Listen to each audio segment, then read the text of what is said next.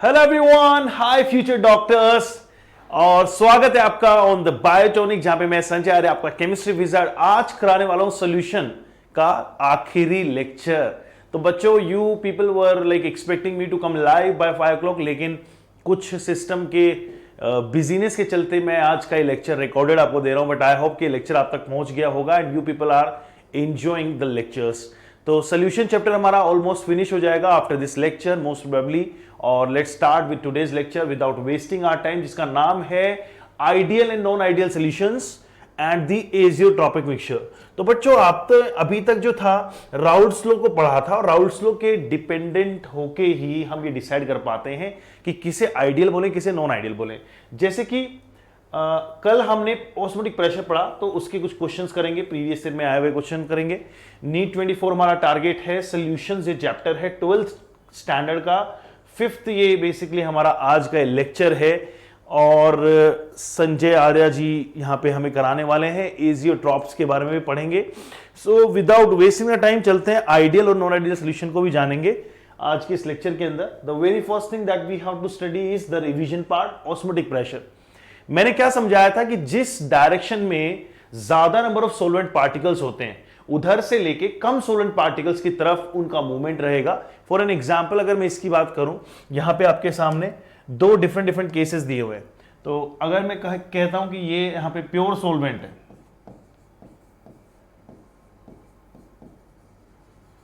और ये आपके पास में सोल्यूशन है, तो बच्चों सॉल्यूशन के अंदर क्या होगा, सोलवेंट पार्टिकल्स कम है, आपको दिखाई भी दे रहे होंगे, जो ब्लू कलर के पार्टिकल्स वो कम है, ठीक है ना। मैं कह सकता हूं कि यहां पे आपके पास में सोलवेंट क्या है, सोलवेंट यहाँ पे लेसर है, इधर सोलवेंट क्या भर भर के, क्योंकि सोलवेंट के पार्टिकल यहां पे काफी ज्यादा है, मोर लिख देता हूं।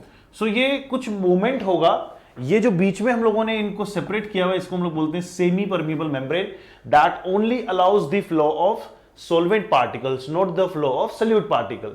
तो क्या होगा कि ये दोनों साइड में सोलवेंट के पार्टिकल जाएंगे, लेकिन इफेक्टिवली कहां जाएगा, इफेक्टिवली जहां पे ज्यादा सोलवेंट था उधर से इधर आएगा। तो आप भी कह सकते हैं कि ज्यादा सोलवेंट का मतलब होता है लो कॉन्सेंट्रेशन। तो उल्टा यहां पे हम लोग बोलेंगे कि लो कॉन्सेंट्रेशन से हाई कॉन्सेंट्रेशन की तरफ जा रहे हैं, लेकिन कौन जा रहा है, सोल्यूशन के पार्टिकल, सोलवेंट के पार्टिकल जा रहे हैं, करेक्ट। तो कंफ्यूजन बिल्कुल भी नहीं होना चाहिए, मूवमेंट यहां पे भी हाई से लोअर ही है, हर एक चीज हाई से लो की तरफ ही जाता है, अमीर आदमी ही गरीब बनता है।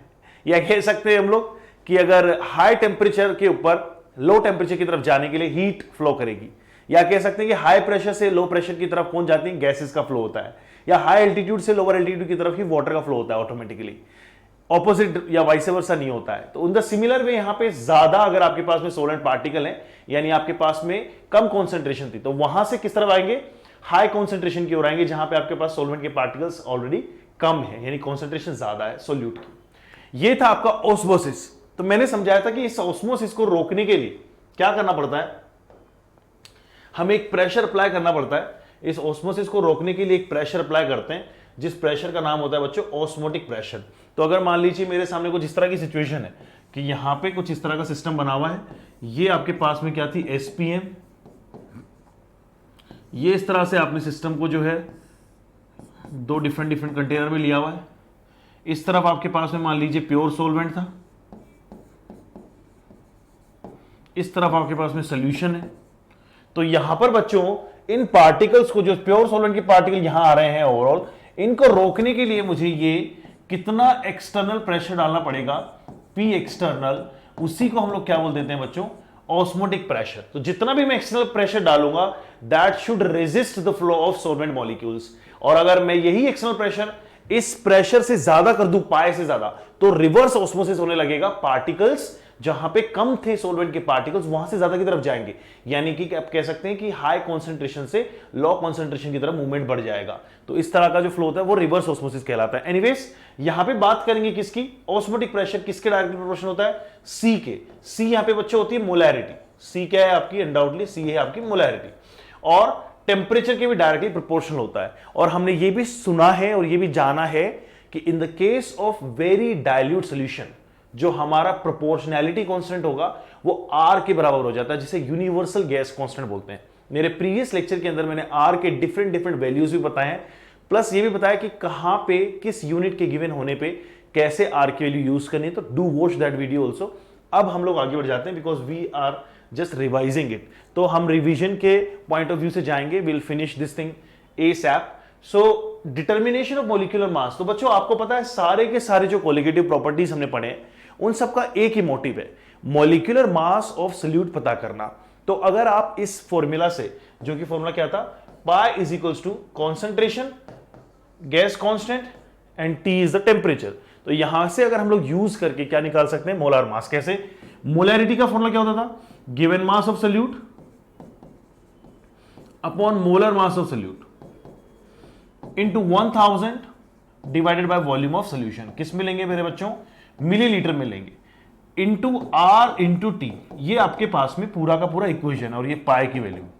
क्या करना बच्चों, उसको सॉल्व कर लीजिए, डायरेक्टली क्या वैल्यू हो जाएगी आपके पास में, मोलर मास ऑफ सॉल्यूट। कैसे आएगा, तो एम सॉल्यूट जो आएगा आपका वो कैसे आ जाएगा, इसको मल्टीप्लाई करेंगे तो pi into V volume of the solution आ जाएगा जो कि मिलीलीटर में, और डिवाइडेड बाय क्या कर देंगे, जो भी मास सॉल्यूट का गिवन है मल्टीप्लाई बाय 1000 मल्टीप्लाइड बाय,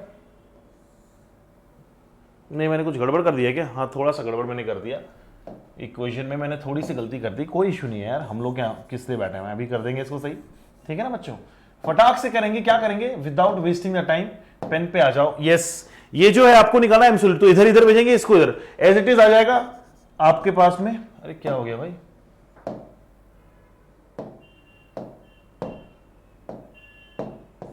हाँ ये बन जाएगा आपका, देखिए क्रॉस मल्टीप्लीकेशन किया, पाई नीचे आ जाएगा, ये इधर आ जाएगा, तो नीचे डिवाइडेड बाय पाई आ जाएगा, ऊपर एज इट इज आ जाएगा, डब्ल्यू सोल्यूट रहेगा इंटू 1000 रहेगा, इंटू आर रहेगा, इंटू टी रहेगा, और नीचे आपके पास में क्या है, वॉल्यूम ऑफ द सोल्यूशन है, और मल्टीप्लाई बाय क्या रहेगा आपका 1 कर देते हैं क्योंकि ये तो इधर चला गया।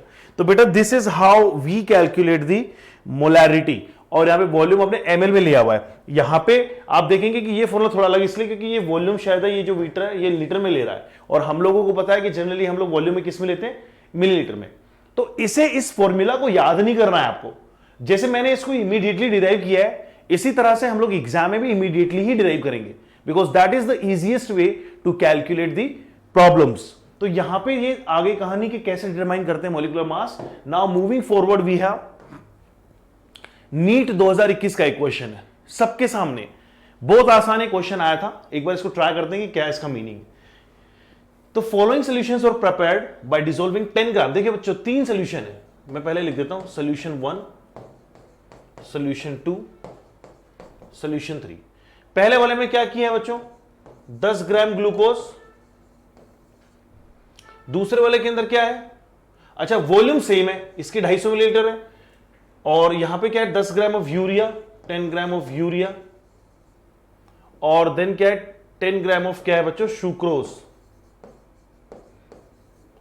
तो आपको बस सिंपली एक ही चीज करनी है, यहां पे आपको पता करना होगा कि जैसे पाई का वैल्यू जो होता था ना, पाई वो होता था बच्चों ICRT। आई यहां पे क्या होता था, वांट ऑफ फैक्टर। अब देखिए वांट ऑफ तो तीनों के लिए जो रहेगा ना 1 ही रहेगा, क्यों, क्योंकि चाहे आप ग्लूकोज की बात करें, चाहे हम लोग यूरिया की बात करें, चाहे हम लोग सुक्रोज की बात करें, ये तीनों ही डिसॉल्व होंगे बट डिसोसिएट या एसोसिएट नहीं होंगे। सो आप कह सकते हैं कि आई के वैल्यू, नंबर ऑफ पार्टिकल्स की वैल्यू इनिशियली एंड फाइनली बराबर रहेगी। तो क्या बन गया ICRT में, तो यहां पे R और T कांस्टेंट है, I कांस्टेंट है, तो पाई डायरेक्टली प्रश्न क्या आ गया C, और C क्या होता है बच्चों, number of moles upon volume, और वॉल्यूम भी क्या है, कांस्टेंट है। तो आप अल्टीमेटली कह सकते हैं कि पाई आपका डायरेक्टली प्रोपोर्शनल होगा नंबर ऑफ मोल्स पे। तो what you have to find is की नंबर ऑफ मोल्स, जहां पे नंबर ऑफ मोल्स ज्यादा होंगे उसका ऑस्मोटिक प्रेशर ज्यादा रहेगा। कैसे फाइंड करेंगे नंबर ऑफ मोल्स, ग्लूकोज क्या होता है बच्चों, C6H12O6, इसे सॉल्व करेंगे, 12 6 जा 72, 72 प्लस 12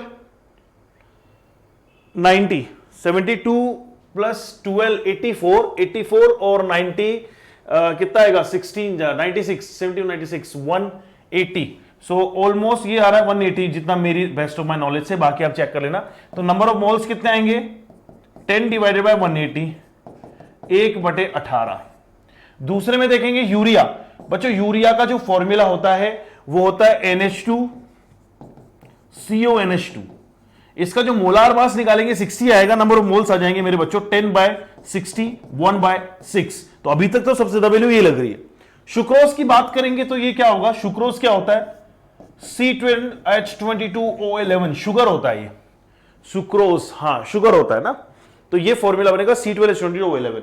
सो मुझे लग रहा है कि जो भी वैल्यू आएगी 10 डिवाइडेड बाय जब आप इसका मोलर मास करेंगे तो ये वैल्यू जो रहेगी लीस्ट आएगी सब में से, क्योंकि मुझे एग्जैक्टली मैं इसको कैलकुलेट नहीं कर रहा हूं, ऑलमोस्ट 340 के आसपास कुछ जा रही है।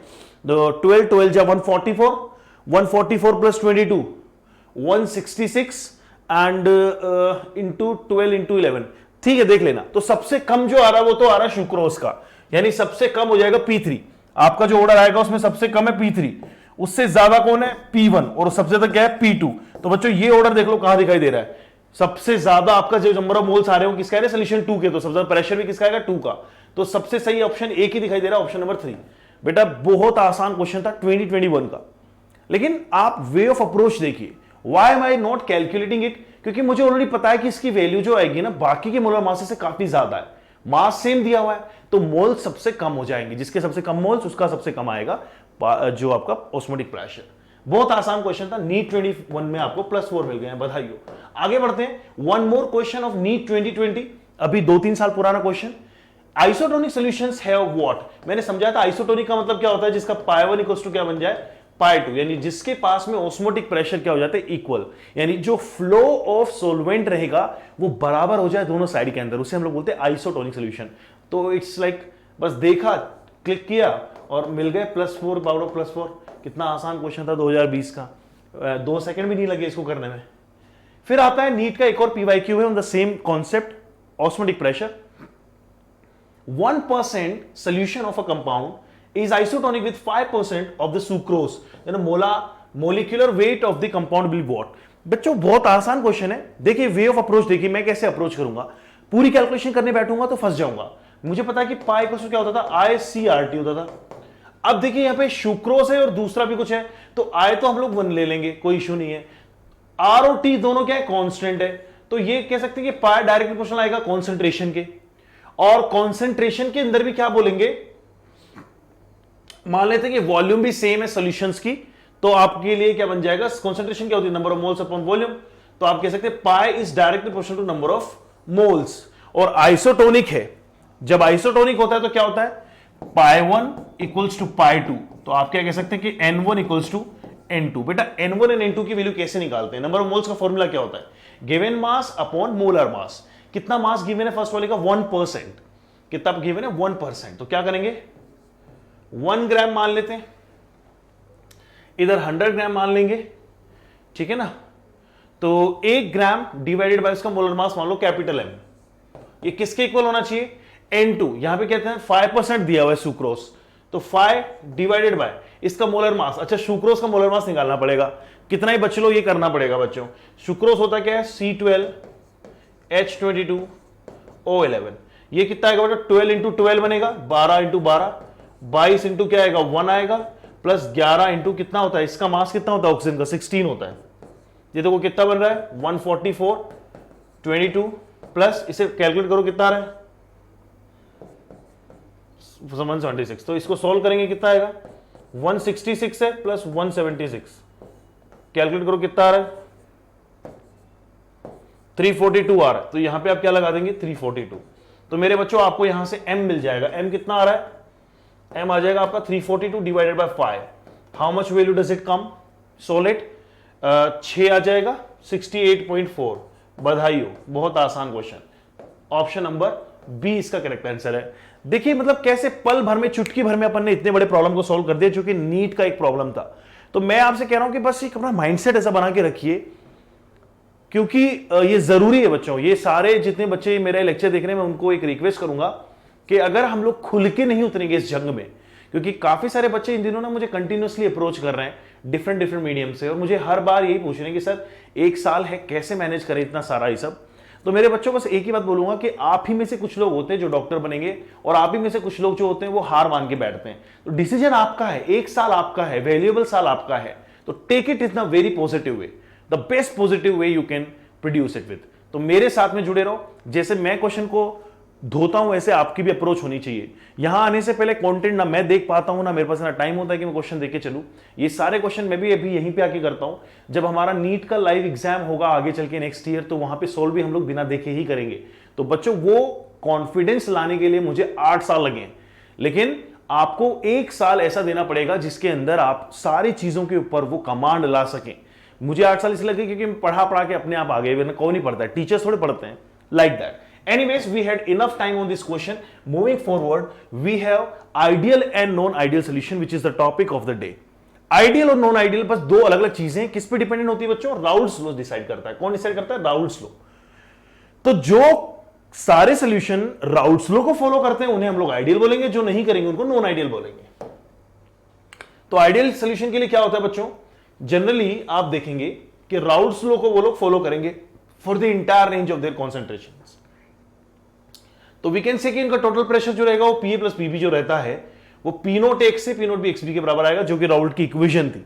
करेक्ट। यहां पे इंटरेस्टिंग बात ये रहेगी कि मिक्सिंग जो रहेगी ना बेटा, डेल्टा एच जो रहेगा मिक्सिंग, जब हम लोग आइडियल सोल्यूशन बनाते हैं तो उनकी बॉन्डिंग भी काफी आइडेंटिकल होती है। दो सोल्यूशंस आप मिक्स कर रहे हैं, दो प्योर सॉल्वेंट्स आप मिक्स कर रहे हैं, दो प्योर लिक्विड आप मिक्स कर रहे हैं, ए एंड बी, ए और बी दोनों के एग्जैक्टली सेम प्रॉपर्टीज होनी चाहिए इन टर्म्स ऑफ बॉन्डिंग। तब आप ये कह सकते हैं, एक सेकेंड देंगे, हां जी, तब आप ये कह सकते हैं कि मैं एक सेकेंड फोन को साइलेंट कर देता हूं जी। Now moving forward we had delta H mixing. Mixing में क्या एंथैल्पी लगेगी? कुछ नहीं। अगर एक जैसे पानी डालूंगा तो कोई एनर्जी चेंज आएगा क्या? कोई नहीं चेंज आएगा। या पानी में अल्कोहल डालूंगा, कोई चेंज नहीं आएगा। तो देखते हैं अभी, ये था आपका मिक्सिंग के लिए जीरो रहेगी। डेल्टा एच ऑफ मिक्सिंग हो गया।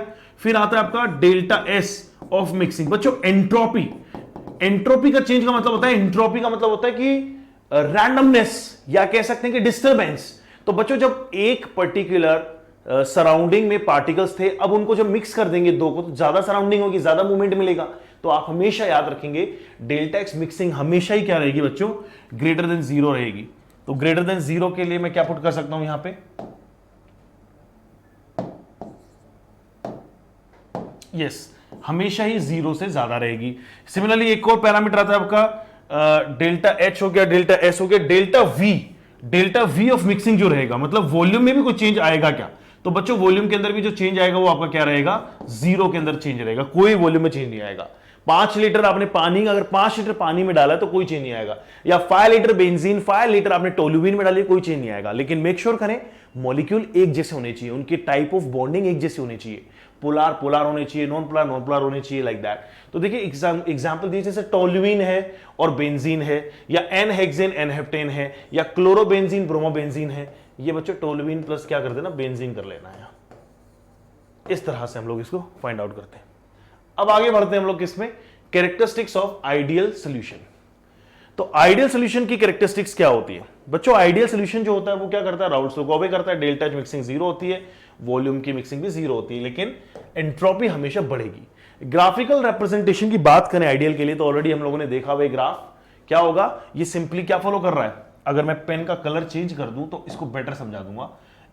Yes, so anyways guys take it. यहां पे मान लेते हैं कि दो ए और बी है। देखिए पी नोट ए है, ये पी नोट ए मतलब 100% ए रहा होगा। यहां पे एक्स ऑफ ए यहां पे 1 मान लो, एक्स ऑफ बी जो रहेगा वो मान लो 0। सिमिलरली यहां पे एक्स ऑफ ए कितना हो जाएगा? 0, और एक्स ऑफ बी हो जाएगा 1। दैट्स व्हाई यहां पे 100% पी का प्रेशर है, बी का। तो ये जो ग्राफ है, देखो पहला वाला जो ग्राफ इस तरह से बन रहा है, ये तो आपका बन जाएगा P B equals to P nought B into X of B. और ये ग्राफ क्या है? P A equals to P note A into X A. और ओवरऑल जो ग्राफ बन जाएगा वो टोटल प्रेशर को रिप्रेजेंट करेगा, जो कि आएगा P A plus P B, that is equals to P note A X A plus P note B X B. बहुत आसानी ग्राफ है, राउल्स लॉ में ऑलरेडी मैं एक्सप्लेन कर चुका हूं, तो यहां पे हम लोग टाइम वेस्ट नहीं करेंगे। इंस्टेड हम लोग डायरेक्टली जंप करेंगे to the topic that is non ideal solution. बेटा नॉन आइडियल का मीनिंग ये होता है कि जब भी हम लोग दो ऐसे सब्सटेंसेस को मिक्स करेंगे तो या तो उनके बीच में कोई टाइप ऑफ बॉन्डिंग हो, या वो एक दूसरे को रिपेल करें, जिसके चलते जो प्रेशर आपका आएगा P A plus P B, वो प्रेशर पी नोट एक्स से या फिर P note B X B से कम या ज्यादा आएगा, यानी राउल्ट्स लॉ वहां पे फॉलो नहीं होगा। We call the solutions as non ideal solution. ठीक है ना बच्चों, तो जब भी सॉल्यूशन राउल्ट्स लॉ को ओबे ना करे तो हम लोग उसको क्या कहते हैं कि ये भैया नॉन आइडियल सॉल्यूशन है। यानी सिंपल सी बात है कि P A P note A X से के इक्वल नहीं आएगा, हो सकता है ज्यादा आ जाए, हो सकता है कम आ जाए। जब ज्यादा आता है तो वहां पे हम लोग नाम देते हैं पॉजिटिव डेविएशन, और अगर कम आ जाए तो बोल देते हैं नेगेटिव डेविएशन। तो यहां पे पीवी क्या आ जाएगा, इस तरह से। तो ओवरऑल प्रेशर भी कम हो जाएगा। तो दो टाइप के बिहेवियर देखेंगे, पॉजिटिव एंड नेगेटिव। पॉजिटिव के अंदर क्या होगा, ओवरऑल वेपर प्रेशर आपका ज्यादा आएगा जो राउल्ट्स की कैलकुलेशन है उसके according. Observed vapour pressure is more then the Raoult's vapour pressure, Raoult के अकॉर्डिंग जो कैलकुलेट करते हैं। तो देखिए पी ए प्लस पीवी भी ज्यादा आएगा पी नोट एक्स से plus P note B X B से। तो आप देखेंगे कि इसमें कौन कौन से हम लोगों को ऐड करने होते हैं। हमें वो सोलवेंट या फिर वो प्योर लिक्विड ऐड करने पड़ेंगे जिनके पास में जो बॉन्डिंग टाइप ऑफ बॉन्डिंग होती है वो बहुत ही ऑपोजिट हो, so that these things can repel each other. मतलब इनके मॉलिक्यूल में बिल्कुल भी अट्रैक्शन नहीं होना चाहिए, इनके मॉलिक्यूल एकदम न्यूट्रल रहेंगे जिसकी वजह से आसानी से वेपर फेज में चले जाएं। तो पॉजिटिव डेविएशन का मतलब समझ में आ गया। पॉजिटिव डेविएशन का मतलब क्या है कि जो आपका जो प्रेशर है, जो आपका प्रेशर है ऑब्जर्व्ड, वो ज्यादा आ रहा है। किससे ज्यादा आ रहा है, जो आपने राउल्ट्स के अकॉर्डिंग मेन किया है, मेजर किया है।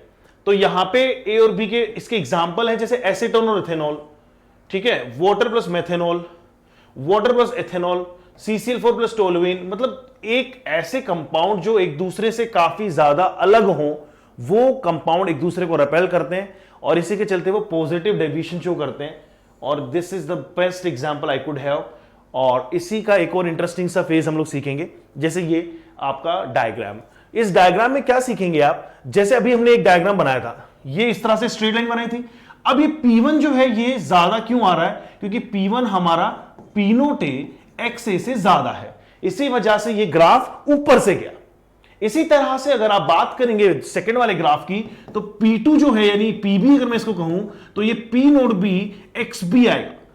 वाई सो, बिकॉज ये अच्छा ये ज्यादा आएगा ना, इसी वजह से ये फिर से ऊपर से जा रहा है।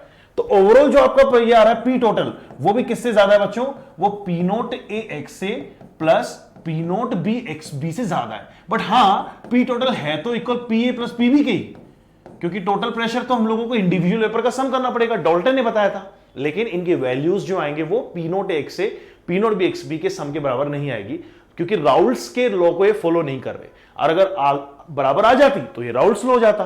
तो ये है आपका पॉजिटिव डेविएशन का केस। और अब सीधे जंप करके कहां पहुंचते हैं, नेगेटिव डेविएशन पे।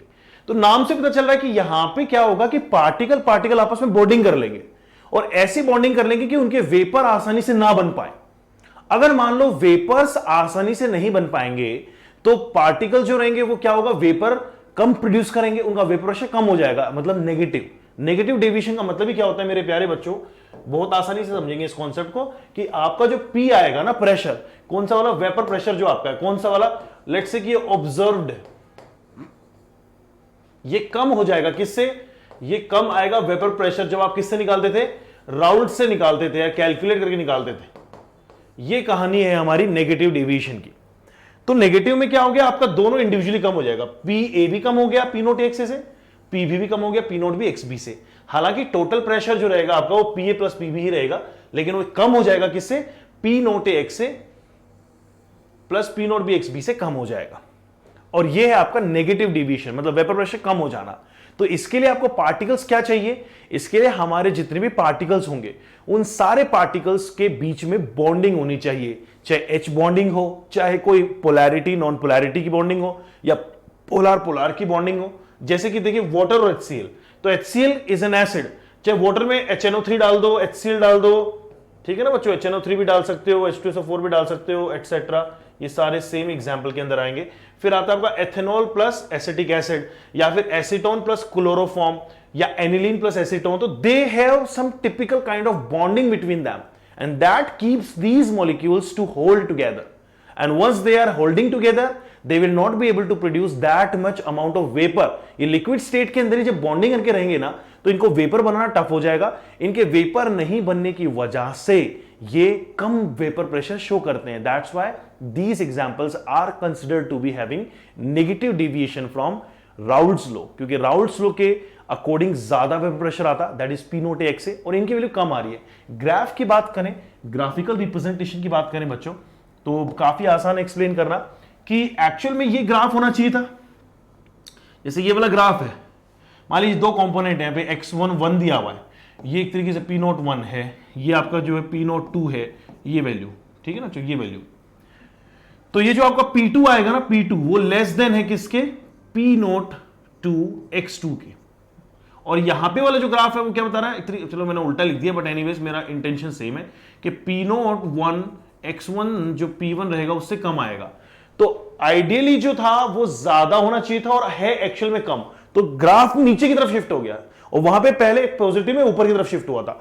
ओवरऑल जो ग्राफ है ना आपका, ये जो P टोटल आएगा वो लेस देन आएगा किसके, P note A X A plus P note B X B से कम आएगा, लेकिन टोटल जो होगा वो P A plus P B के बराबर तो होगा ही, बट लेस देन क्या होगा, P note A X A plus P note B X B से। व्हाई, बिकॉज राउल्ट्स लॉ को ये फॉलो नहीं कर रहा, इनफैक्ट ये नेगेटिव डेविएशन शो कर रहा है राउल्ट्स लॉ से। ये थी कहानी पॉजिटिव और नेगेटिव डेविएशन की। तो अगर मैं यहां पे बात करूं डेल्टा एच ऑफ मिक्सिंग की बात करें या फिर काफी सारी चीजों की बात करें, इधर समझा देता हूं। इस केस के लिए जो डेल्टा एच ऑफ मिक्सिंग रहेगी बच्चों, क्योंकि मैंने क्या बताया था कि वहां पे बॉन्डिंग बन रही है, जब बॉन्ड बनते हैं मेरे प्यारे बच्चों, जब बॉन्डिंग होगी तो वहां पे क्या होना चाहिए, एनर्जी रिलीज होती है, तो लेस देन जीरो आएगी। डेल्टा वी मिक्सिंग करेंगे, अब मैंने बताया कि बॉन्डिंग हो गई तो वॉल्यूम भी कम ऑक्यूपाई करेंगे, तो वो भी कम हो जाएगी। यानी अगर 4 लीटर अगर आपने वाटर के अंदर 4 लीटर HCl डाला तो 8 लीटर नहीं बनेगा, कुछ 7.9 लीटर बन गया, 100 ml गायब हो गया। कहां गया बच्चों, क्योंकि मास कंजर्व रहता है, वॉल्यूम थोड़ी कंजर्व रहती है, बॉन्डिंग के अंदर कुछ कुछ हो गया होगा। अब बात करते हैं वॉल्यूम के अलावा अगर डेल्टा एक्स की, तो मेरे प्यारे बच्चों आपको हमेशा याद रखना चाहिए, ये this is the only parameter जो हमेशा ही क्या रहेगा, पॉजिटिव रहेगा, क्योंकि जब जब आप मिक्सिंग करेंगे तो मिक्सिंग के केस में एंट्रोपी का चेंज हमेशा क्या आएगा, पॉजिटिव आएगा, क्योंकि पार्टिकल्स को ज्यादा स्पेस मिल रहा है मूवमेंट करने के लिए। सिमिलरली यही तीनों पैरामीटर अगर मैं किसके लिए लेके जाऊं, पॉजिटिव डेविएशन के लिए, तो मेरे बच्चों डेल्टा एच मिक्सिंग मैंने क्या समझाया था कि ये मॉलिक्यूल ऐसे हैं जिनका आपस में एक दूसरे से कोई रिश्ता नाता ही नहीं है, इनको मिक्स करने के लिए एनर्जी देनी पड़ रही है, स्टिर करना पड़ रहा है, we can say greater than zero. अगर मैं डेल्टा वी की बात करूं मिक्सिंग की, तो मेरे प्यारे बच्चों ये आपस में मिक्स होने के बाद में ज्यादा वॉल्यूम ऑक्यूपाई करेंगे, यानी 4 लीटर अगर पानी आप 4 लीटर एथेनॉल में डालेंगे तो टोटल पता लगा 8.1 कुछ आ गया, लाइक दैट। एंड डेल्टा अगर मैं बात करूं एस मिक्सिंग की, तो मेरे प्यारे बच्चों आपको पहले भी समझा चुका हूं, ये पैरामीटर हमेशा ही पॉजिटिव आएगा। क्यों, क्योंकि जब जब कोई दो सॉल्यूशंस मिलेंगे ज्यादा अमाउंट ऑफ स्पेस मिलेगा मूवमेंट के लिए, और ज्यादा स्पेस का मतलब होता है ज्यादा रैंडमनेस या फिर disturbance, that increases our entropy. However, entropy is an important parameter coming to the thermodynamics, लेकिन थर्मोडायनामिक्स का लेक्चर आने से पहले जस्ट इतना समझ लीजिए कि किसी भी चीज के रैंडमनेस, मूवमेंट और एनर्जी एंट्रोपी कहलाती है। जैसे कि एयर मॉलिक्यूल सबसे ज्यादा मूवमेंट करते हैं तो उनकी एनर्जी सबसे ज्यादा है, सॉलिड के पार्टिकल सबसे कम मूवमेंट कर रहे हैं तो इसकी एंट्रोपी सबसे कम है, वाटर के मॉलिक्यूल्स बीच में, इसलिए उनकी एंट्रोपी गैस और सॉलिड के बीच की है। आगे बढ़ते हैं आज के नेक्स्ट टॉपिक में, जिसका नाम है एजियोट्रॉप्स। क्या होते हैं azeotropes, what do you think? तो बच्चों एजियोट्रॉप जो होता है वो कहां पे एग्जिस्ट करता है, क्या होता है, वो सारी चीजें बताता हूं। जनरली क्या होता है कि जो आइडियल सॉल्यूशंस होते थे हमारे पास में, उन आइडियल सॉल्यूशन के अंदर 2 सेपरेट डिफरेंट इंग्रेडिएंट्स होते थे। जैसे कि अगर मान लीजिए मैंने कहा था कि एक वाटर अल्कोहल, या फिर मैं कह रहा हूं कि टोल्यूइन एंड बेंजीन, या फिर मैं कह रहा हूं कि कार्बन टेट्राक्लोराइड एंड CH2 ले लीजिए, यानी एक तरह की जो बॉन्डिंग शो कर रहे हैं और आपस में मिल रहे हैं, जैसे हेप्टेन और पेंटेन एक जैसे वो हैं, इनके लिक्विड को आपने मिक्स किया, तो बच्चों इनके मिक्सिंग के बाद में इनके जो बॉइलिंग पॉइंट आएंगे वो डिफरेंट आएंगे। हेप्टेन का बॉइलिंग पॉइंट अलग है, पेंटेन का बॉइलिंग पॉइंट अलग है, इसीलिए हम लोग इनको फ्रैक्शनल डिस्टिलेशन जब करते हैं तो इंडिविजुअल कंपोनेंट को अलग अलग कर सकते हैं, we can separate it out, और ये फंडा होता है। Even homogeneous mixtures of liquid and liquid can be separated out using fractional distillation, क्योंकि इनके बीच में जो बॉइलिंग पॉइंट है उनका कुछ डिफरेंस रहता है, ठीक है ना। मैं जैसे थोड़ा वो समझाना चाहूं प्यारे बच्चों, तो कुछ ऐसा होता है कि जैसे मान लीजिए आपके पास में ऐसा है,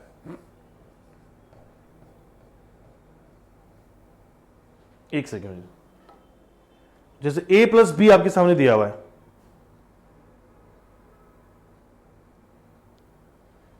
जी मान लीजिए आपके पास में a प्लस बी दो लिक्विड दिए हुए, मुझे इनको अलग अलग करना है। मैंने मान लिया कि जो बॉइलिंग पॉइंट है बच्चों a का, वो ज्यादा है किससे, बॉइलिंग पॉइंट ऑफ b से ज्यादा है। इसका मतलब b जो हो गया वो क्या हो गया, मोर वोलेटाइल हो गया। जिसका बॉइलिंग पॉइंट कम होता है, जो आसानी से बर्न होके वेपोराइज हो सकता है, उसको बोलते हैं मोर वोलेटाइल। अब आपने यहां पे क्या दिए, हीट दिए। हीट देने से क्या होगा मेरे बच्चों, और टेम्परेचर क्या देना है आपको, टेम्परेचर सेट करना है कहां से लेके, बॉइलिंग पॉइंट जो था आपका, बॉइलिंग पॉइंट ऑफ बी से लेके ए का, आपका ए का ज्यादा है, बॉइलिंग पॉइंट ऑफ किसका, बी से लेके ए तक का सेट करना है आपको इस तरह से। तो क्या होगा कि कुछ एनर्जी इनको मिलेगी, इसको आपने कवर किया हुआ है मान लीजिए इस तरह से,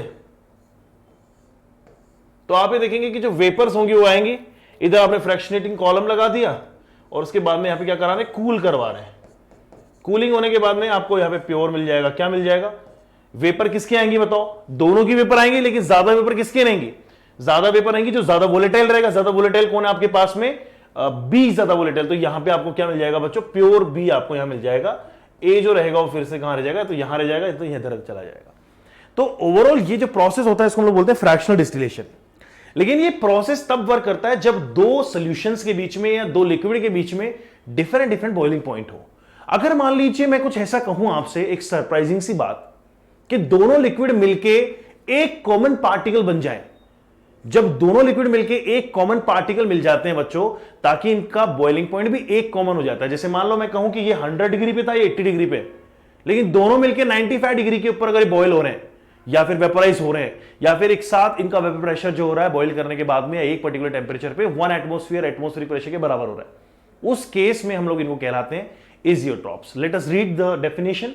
अ mixture of two liquids which boils at a constant temperature, जो कांस्टेंट टेंपरेचर पे होते हैं, and distills over without any change in the composition is called as the azeotropic mixture। यानी वो आप लोग उनको फ्रैक्शनल डिस्टिलेशन करके सेपरेट आउट नहीं कर सकते, कॉमनली चले जाएंगे।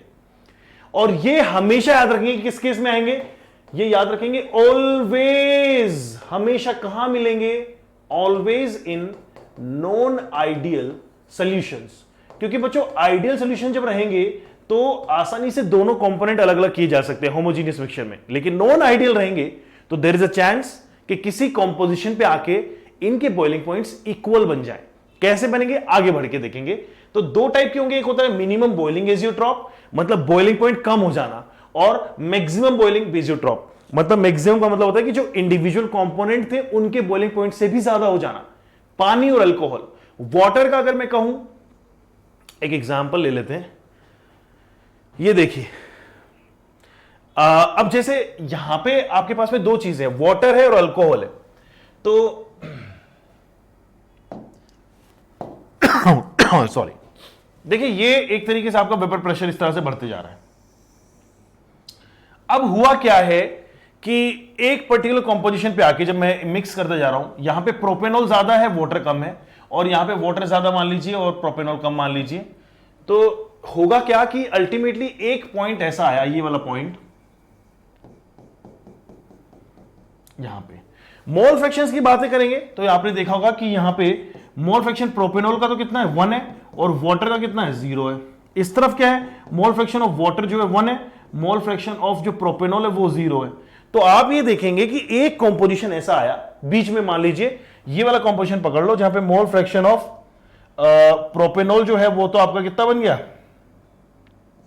0.7, और मोल फ्रैक्शन ऑफ वाटर कितना बन गया, 0.3। इस कंपोजिशन के ऊपर ये दोनों पार्टिकल आपस में जुड़ गए, जैसे ये प्रोपेनॉल है और इसके साथ में क्या जुड़ गया, वाटर, और ये दोनों बिहेव क्या कर रहे हैं, सिंगल मॉलिक्यूल की तरह बिहेव कर रहे हैं। यानी अगर इस जगह पे आपने इन दोनों को अगर फ्रैक्शनल डिस्टिलेशन कराया तो पानी और मॉलिक्यूल दोनों एक साथ बाहर आ जाएंगे। तो ऐसे एक पर्टिकुलर कंपोजिशन को हम लोग बोलते हैं एजियोट्रॉपिक कंपोजिशन। इस तरह के मिक्सचर को कहते हैं एजियोट्रॉपिक मिक्सचर, और ये हमेशा कहां देखने को मिलते हैं, ये दिखेंगे आपको नॉन आइडियल सॉल्यूशंस के अंदर। ये सिग्निफिकेंस है, ये एप्लीकेशन है आपका नॉन आइडियल सॉल्यूशंस का, जिन्हें हम लोग बोलते हैं एजियोट्रॉपिक मिक्सचर। दो टाइप के होते हैं, एक होता है मिनिमम बॉइलिंग, जहां पे बॉइलिंग पॉइंट इंडिविजुअल से कम हो जाए, और एक होता है मैक्सिमम बॉइलिंग, जहां पे इंडिविजुअल बॉइलिंग पॉइंट से ज्यादा हो जाए आपका सोल्यूशन का बॉइलिंग पॉइंट, तो उसे हम लोग बोलते हैं मैक्सिमम बॉइलिंग इजियोट्रॉप। चलो जानते हैं इनको और डिटेल में सीखते हैं। नंबर 1 है मिनिमम बॉइलिंग इजियोट्रॉप। बच्चों मिनिमम बॉइलिंग नाम से पता चल रहा है कि यहां पे देखो, जैसे यहां पे सिखाता हूं, ये है आपका इस तरह से दिया हुआ है। तो दो यहां पे अगर आपके पास में मान लीजिए सैंपल दिए हुए, जैसे एक है आपके पास में 95.5% अगर इथेनॉल को 4.5% पानी में लेते हैं बाय मास, तो ये किसकी तरह बिहेव करता है? ये बिहेव करता है आपका मिनिमम बॉइलिंग इजियोट्रॉप की तरह। कैसे करेगा? These are the mixtures, sorry या चलिए, these are the mixtures of two liquid boiling point which is less than either of the pure solvent। मतलब इसमें सिंपल सी बात है कि मिनिमम बॉइलिंग में क्या हो रहा है, किसी भी एक से, किसी एक कंपोनेंट से क्या होना चाहिए, से कम बॉइलिंग पॉइंट होगा। किसी एक से क्या होना चाहिए, कम बॉइलिंग पॉइंट होना चाहिए। ऐसे मैक्सिमम के अंदर जो होता है ओवरऑल सॉल्यूशन का, दोनों इंडिविजुअल से ज्यादा हो जाता है। तो these are formed by the non ideal solutions with positive deviation. मैंने समझाया था पॉजिटिव डेविएशन में बनते हैं, क्योंकि बॉइलिंग पॉइंट अगर आपको क्या करना है मिनिमम, तो बच्चों मिनिमम बॉइलिंग पॉइंट कब होगा? जब वेपर प्रेशर ज्यादा होगा। तो ओवरऑल वेपर प्रेशर ज्यादा कब होता था? पॉजिटिव डेविएशन में। इसलिए देखिए कहां पे मिलेगा, पॉजिटिव डेविएशन में। इसका एग्जांपल दिया हुआ है। इसके ग्राफ को अगर समझे हम लोग, तो ग्राफिकल एनालिसिस से हमें काफी कुछ क्लियर हो जाएगा। हमें दिया हुआ था, देखिए अगर मैं यहां पे टेम्परेचर वर्सेस का मोल फ्रैक्शन जो है हमने लिया है, मोल फ्रैक्शन यहां पे 1 और 2 दो आप मान के चल रहे हैं, टेम्परेचर है, तो इनके इंडिविजुअल अगर आप देखेंगे कि मान लीजिए इनके इंडिविजुअल बॉइलिंग पॉइंट कौन से, तो मान लीजिए ये इंडिविजुअल बॉइलिंग पॉइंट है यहां पे, इसका मान लीजिए बॉइलिंग पॉइंट ये है, ये बॉइलिंग पॉइंट है किसका? 1 का। ये मान लीजिए बॉइलिंग पॉइंट किसका है? 2 का। और दोनों ही इंडिविजुअल से ऐसा एक कॉम्पोजिशन आया, कहां पे? यहां पे आया वो कॉम्पोजिशन, जहां पे आपका क्या बन गया? एजियोट्रॉप बन गया। तो बच्चों बी के ऊपर जो है ना, जो आप बोल सकते हैं कि जो 1 और 2 है, 1 और 2 जो है वो कॉमन पार्टिकल बन गए। उनके कॉमन पार्टिकल बनने की वजह से जो ओवरऑल जो यहां पे जो आपका बॉइलिंग पॉइंट आएगा टीबी, वो क्या है? वो दोनों से ही छोटा है। किससे भी?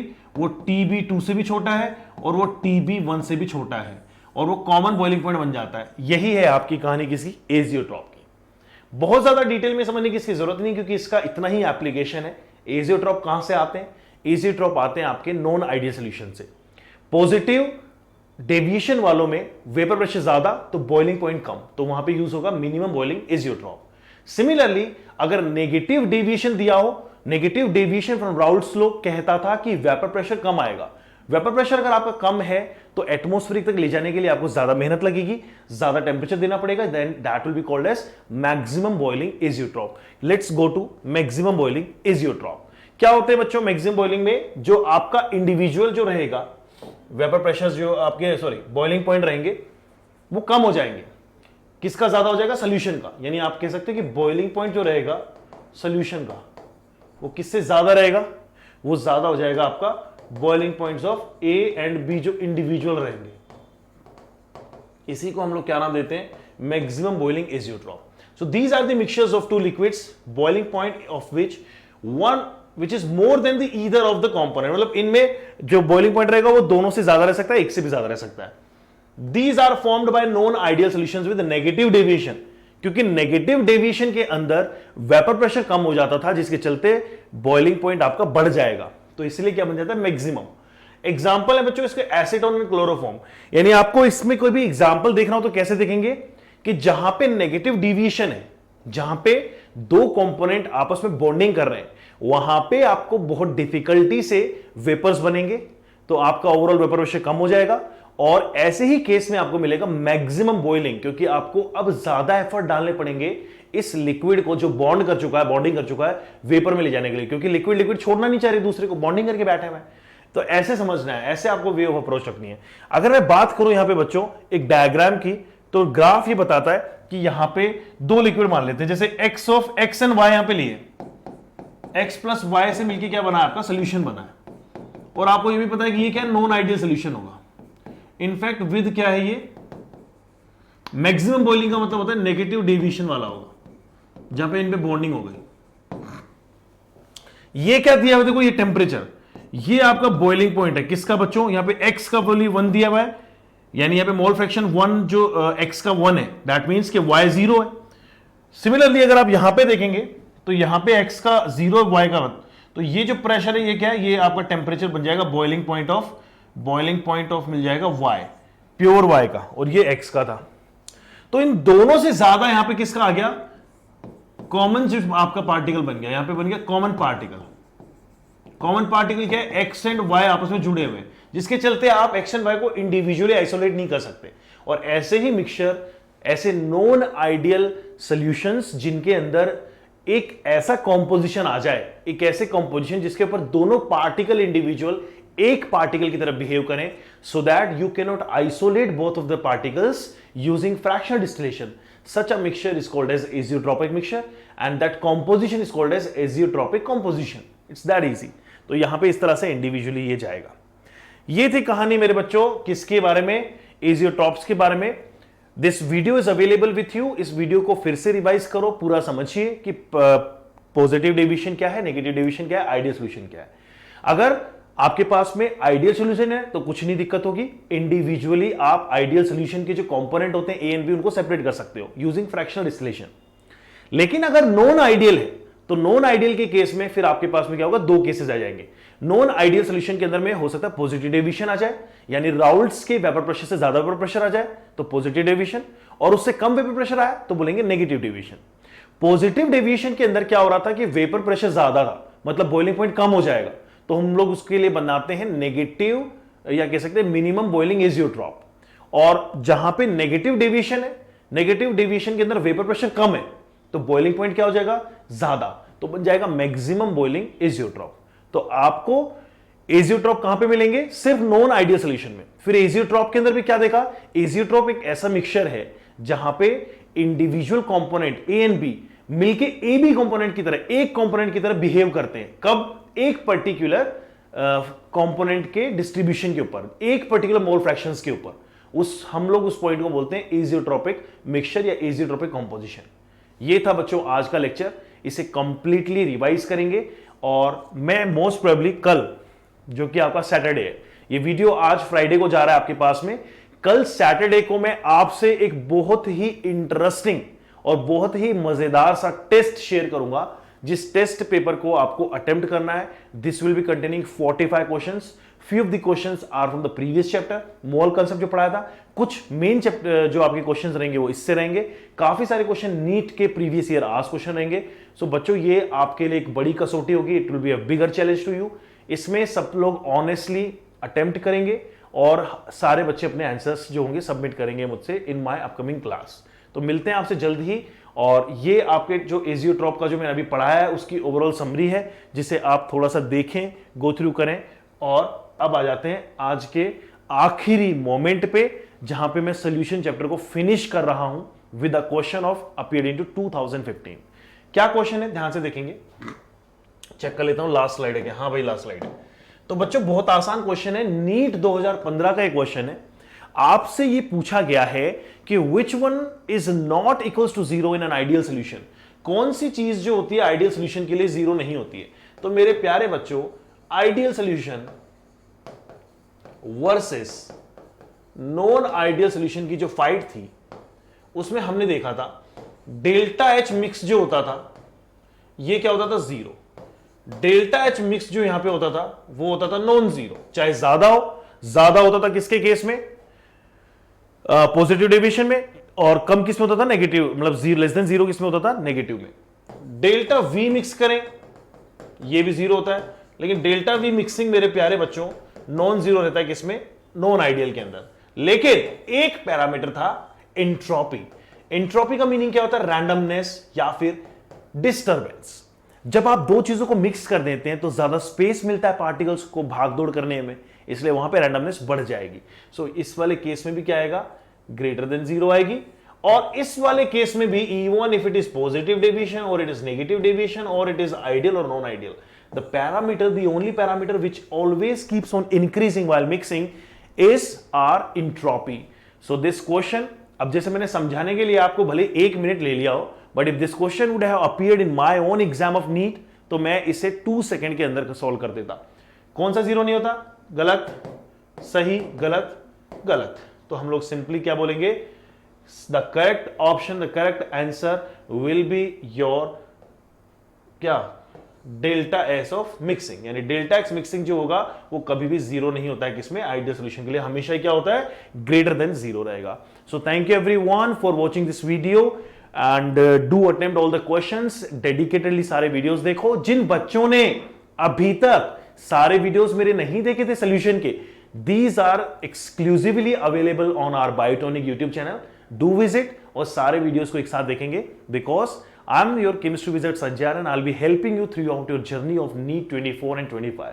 तो केमिस्ट्री मुझ पर छोड़ दो, पूरा सिलेबस कंप्लीशन की मैं गारंटी लेता हूं, लेकिन I want the dedication from your side कि हर दिन आप लेक्चर मेरे अटेंड करें। Bye bye everyone and see you in the next class. Bye bye everyone, thank you.